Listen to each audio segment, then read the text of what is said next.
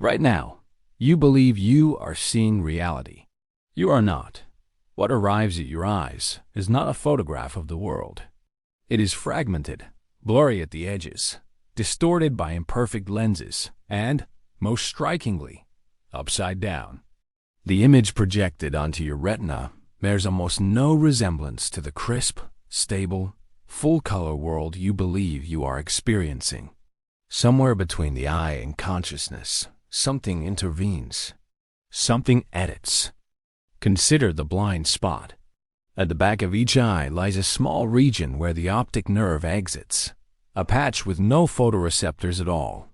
In that patch, you are, quite literally, blind. There is a hole in your vision at this very moment, and yet you have never seen it. You have never noticed a gap floating in your field of view, because your brain does not report the absence of data. It fills it in. Silently, seamlessly, without your permission or awareness, your mind manufactures the missing piece and hands you a finished product labeled reality. This is not an isolated glitch. It is the operating principle of the entire perceptual system. Neuroscientists describe the brain not as a camera, passively recording the world, but as a prediction engine. At every instant, it generates a best guess about what should be out there, based on prior experience, context, and expectation. Sensory input is then used mainly to correct that guess when it's wrong. In other words, most of what you perceive is not coming in from the world. It is coming from your own predictions, confirmed or lightly adjusted by incoming signals. You are not observing reality. You are hallucinating it in a way that is usually well calibrated to the world, but a hallucination nonetheless. The scale of this filtering is difficult to overstate. Your senses register roughly 11 million bits of information every second. Light, sound, pressure, temperature, chemical signals. Conscious awareness processes perhaps 40 bits out of 11 million. The overwhelming majority of reality never reaches you at all. It is discarded before you ever have the chance to notice it was there. And the discarding is not random. It is directed by attention. In a now famous demonstration, people asked to count basketball passes in a video routinely failed to notice a person in a gorilla suit walking directly through the frame. It is not that the gorilla was invisible. It is that attention had already decided what mattered, and everything else, however obvious, was quietly deleted from experience. This phenomenon, known as inattentional blindness, reveals an uncomfortable truth. You do not see everything in front of you. You see what your brain has already decided is worth seeing. Even memory, which feels like a faithful recording of the past, behaves the same way. Each time you recall an event, you are not replaying a stored file. You are reconstructing it, using fragments, current emotion, and present belief to rebuild something that feels complete, but has, in truth, been re-edited in the retrieval. So the picture that emerges is this. Perception is not a window onto the world.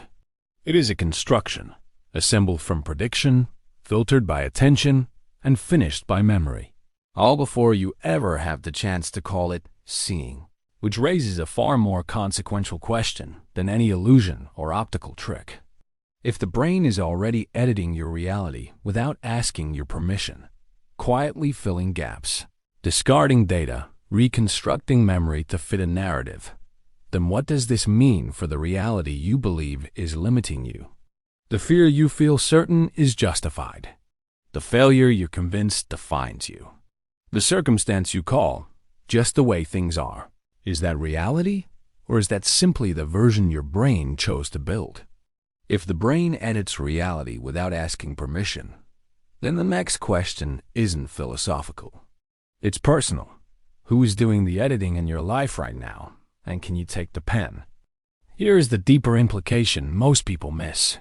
Two people can stand in the exact same circumstance, the same rejection, the same diagnosis, the same failure, and walk away with two entirely different realities, not because the facts changed, because the editing did.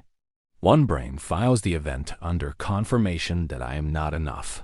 Another files it under data point, adjust, and continue. Same input, different construction, different life. This is not wishful thinking. If perception is built from prediction, attention, and reconstruction, then changing what you repeatedly attend to, predict, and reconstruct is not self-deception. It is using the actual mechanism of the mind, deliberately, instead of by accident. Start with attention, because attention is the editor's pen. What you repeatedly focus on does not stay neutral. It gets flagged by the brain as significant, and significant things get prioritized in every future scan of your environment. Focus on threats, and your mind becomes a threat detection machine, finding confirmation everywhere. Focus on evidence of progress, and, without lowering your standards or ignoring real problems, your mind begins surfacing the progress that was always there, previously edited out because it wasn't what you were scanning for. This is not positive thinking. It is recognizing that the scan itself determines the result. Then there is belief, which shapes perception before a single fact is weighed. Expectation doesn't just color interpretation after the fact. It can change what is perceived in the first place. This is the machinery behind placebo responses, behind confirmation bias, behind the student who knows they're bad at math and stops registering the problems they get right. Belief is not a passive commentary on reality. It is a filter reality has to pass through before it counts as experienced at all. This is where most self-improvement advice gets it backwards.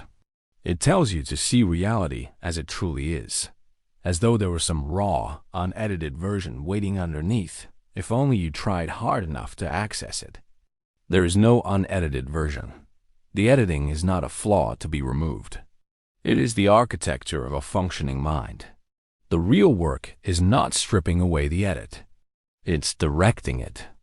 That means treating a setback not as proof of a fixed identity, but as unprocessed data, because that is literally, neurologically, what it is until your brain assigns it meaning. It means noticing when you are rehearsing a memory in a way that reinforces smallness, and asking whether that reconstruction is serving the person you are building or simply repeating the easiest available pattern.